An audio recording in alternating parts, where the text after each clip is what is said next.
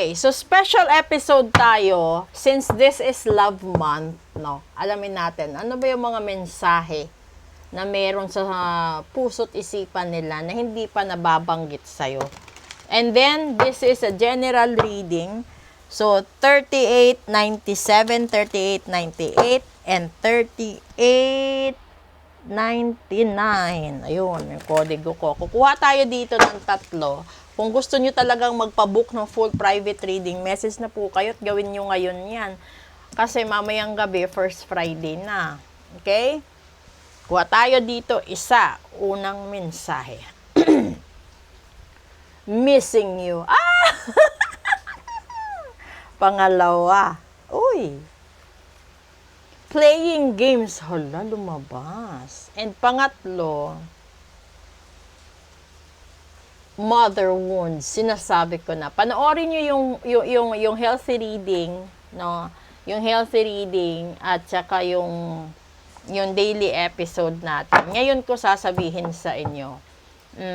Ito yung pinakamasakit. Kasi sinasabi dito, missing you. Namimiss ka ng taong mahal mo, ng taong lahat-lahat, kung ano man yung emotion at attachment na meron kayo noon, namimiss ka niya.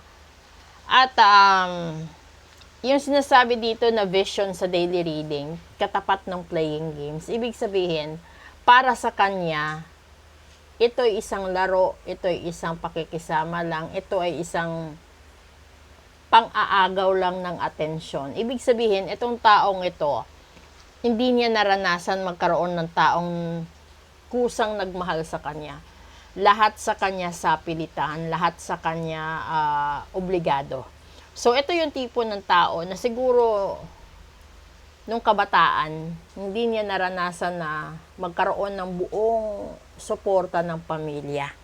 Ito kasi, alam niyo yung lahat ng magulang or lahat ng anak, ma-identify mo ito eh.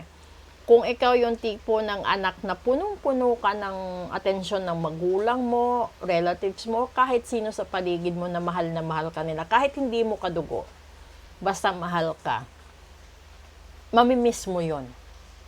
Lalong-lalo na kung yung tao ay karelasyon mo dati, kalibin mo dati, asawa mo dati, nobyo mo dati, di ba?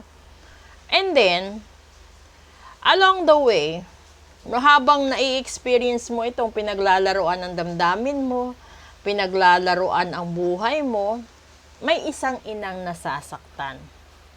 Ito ay isang ina na malaki ang impluwensya sa buhay mo. Ito yung ina na lagi at araw-araw na nagsasabi sa'yo na ang anak, ingatan mo yung sarili mo, yung mga desisyon mo sa buhay. Anak, huwag ka ganito, huwag ka ganyan. At kalimitan, no, nagagalit ka dahil sa opinion ng nanay mo. Nagagalit ka dahil sa di ba alam niyo yung minsan aalis ka, pipigilan ka ng isang ina. Kasi mararamdaman ng nanay na parang merong hindi maganda. Tapos ipagdudot-dutan mo, ipagpipilitan mo, and then hindi pala alam ng nanay mo, yun na pala yung huling pagkakataon na makakausap ka niya kasi paglabas mo at sumama ka sa grupo mo, sa mga kaibigan mo, or sa mga gathering, mapapahamak ka. May mga ganun. Alam nyo yan, real talk yan. At dito guguho yung prosperity na tinutukoy sa daily episode. Dahil walang katapat na pera, walang katapat na yaman, at walang katapat na tao na pwedeng ipalit, no, sa taong mahal mo. Pwede siguro na magpahinga yung damdamin mo sa taong yan. Pero hindi yan mawawala kahit hanggang kamatayan. So, sa natural ito na paraan.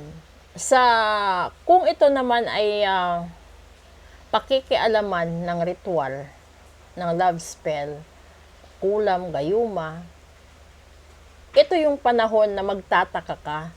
Bakit sa tinagal-tagal ng pagsasama ninyo, relasyon ninyo, bakit kanya nakalimutan? Ibig sabihin, either pinakulam siya or ginayuma siya para bigla kang makalimutan, bigla kang tatalikuran, At kung mararamdaman mo, may pattern yung pagbati ng tao sa'yo, may parang may boundary na parang may hangganan na kapag nagtanong ka parang umiiwas siya or mas pinili na lang niyang manahimik. May mga ganon. So, ibig sabihin, kapag nakakaranas ka ng ganon, yung tao na yan is may gumagawa ng love spell or may gumagawa ng gayuma. At gusto kong i-emphasize sa lahat, magkaiba po yung love spell, obsession spell, sa love ritual. Yung love ritual kasi, wala akong expiration yun. At wala ka rin balik yun. Pero yung obsession spell, at saka yung love spell, at saka yung iba pang spell, may balik ho yun sa inyo. Kapag hindi ho ninyo nagawa yun ng tama, it's either magkawatak-watak kayong pamilya, magkanda letsi-letsi ang negosyo nyo, magkanda letsi-letsi ang pangkabuhayan nyo, ang pamilya, pagsasama, no? At masisira yung peace na namamagitan sa'yo, sa relatives mo, sa friends mo, at sa mga katrabaho mo. So, kaya ako sinasabi ulit sa inyong lahat, huwag niyong tangkilikin lahat ng libre. Lalong-lalo na kung libreng Latin sa obsession, libreng Latin sa kung ano pang ritual na mga pampaswerte, pa kung ano-ano basta libre. Kasi hindi lahat ng libre siya. Kaya minsan ibinabahagi siya ng tao or ng manggagamot or ng mambabarang.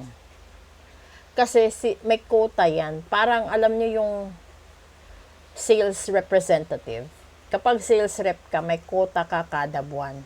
So, yung manggagamot, katulad ko, may quota din bawat taon.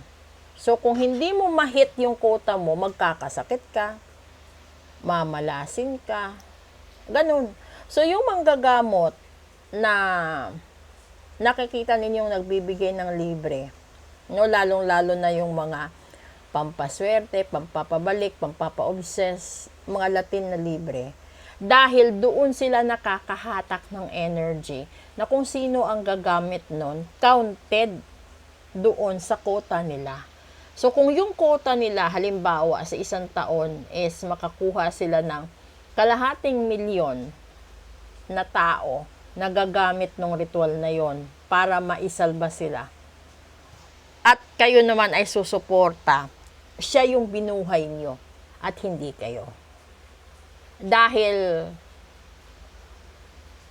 napupunta sa kanya yung energy ninyo, yung swerte ninyo. Kaya kung na-hit niya yung quota niya, using via black propaganda, ganun yun.